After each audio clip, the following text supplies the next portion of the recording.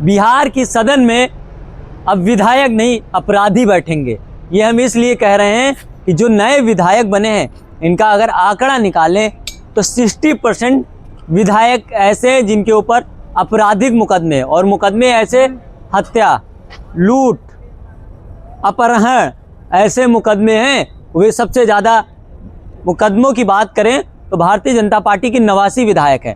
89 विधायकों में से 54 विधायक हैं जिनके ऊपर आपराधिक मुकदमे हैं, और सबसे ज़्यादा मुकदमे उसमें सम्राट चौधरी जो उप मुख्यमंत्री थे उनके ऊपर है। अगर इसका परसेंटेज करें तो 61% भाजपा के विधायक दागी हैं, यहाँ कह सकते हैं अपराधी हैं, हत्यारे हैं, लुटेरे हैं या अपहरणकर्ता हैं। उसी के बाद हम उनके गठबंधन में जाते हैं जेडीयू के 85 विधायक हैं, जिसमें से 31 विधायकों के ऊपर आपराधिक मुकदमे हैं। उनके ऊपर भी कोई छोटे मोटे मुकदमे नहीं है, किसी ने हत्या की है तो किसी ने लूट की है, किसी ने तो अपहरण किया तो किसी ने बलात्कार किया है, महिलाओं के साथ तमाम ऐसी वैसी घटनाएं की है।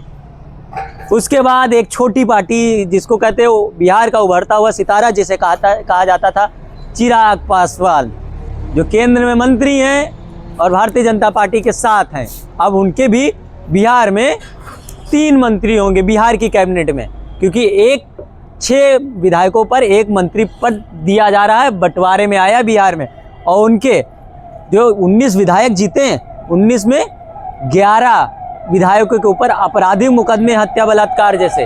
अब भैया बताइए, जब बिहार की सदन में अपराधी बैठेंगे तो ये बिहार की जनता की विकास की बात करेंगे या फिर अपने दाग धोने की बात करेंगे?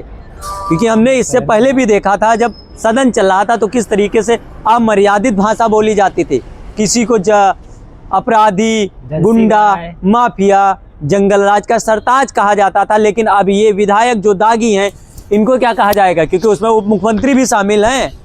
उप मुख्यमंत्री सम्राट चौधरी हो या फिर अनंत सिंह हो, ये जो बिहार के जाने माने माफिया कहे जाते हैं, अब इनको जनता ने विधायक बनाया। क्योंकि जब चुनाव चल रहा था तो ये अनंत सिंह ही थे जो दुलार चंद यादव की हत्या कर देते। पहले गोली मारी जाती, फिर गाड़ी चढ़ा दी जाती, उसके बाद भी इनको चुनाव लड़ाया जाता। उसकी बात उसी जेडीयू के जो लल्लन सिंह सांसद हो जाते हैं, कहते हैं मोकामा की जनता को, हर एक नौजवान को अनंत सिंह बनना चाहिए, मतलब माफिया और अपराधी बनना चाहिए। और ये भी कहा जाता है ये पिछड़े दलित जो वोटर हैं या फिर जो विपक्ष के नेता हैं, इनको घर से निकलने ना दिया जाता। अगर यही विधायक विपक्ष के दागी होते तो क्या भारतीय जनता पार्टी इनको छोड़ती? क्योंकि हम एग्जाम्पल ले सकते हैं उत्तर प्रदेश से और बिहार से भी।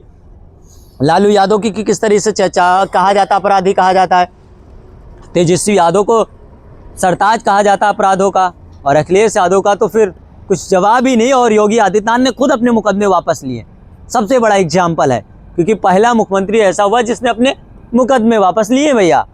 लेकिन जनता उनको सफ़ेद कुर्ते में अब अपने विकास के लिए चुनी है, बिहार के विकास के लिए चुनी है। तो अब ये लोग किसका विकास करेंगे? बिहार का विकास करेंगे? अपने आप पे जो खूनी धब्बे लगे हैं, बलात्कार के धब्बे लगे हैं, लूट के धब्बे लगे हैं, इनको धुलेंगे?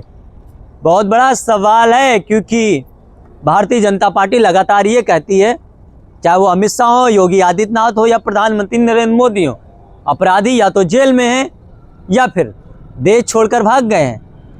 अब यही अपराधी विधायक बने हैं और जो कैबिनेट का विस्तार हुआ उसमें मंत्री भी बनेंगे। वही बिहार में सुशासन बाबू की सरकार है।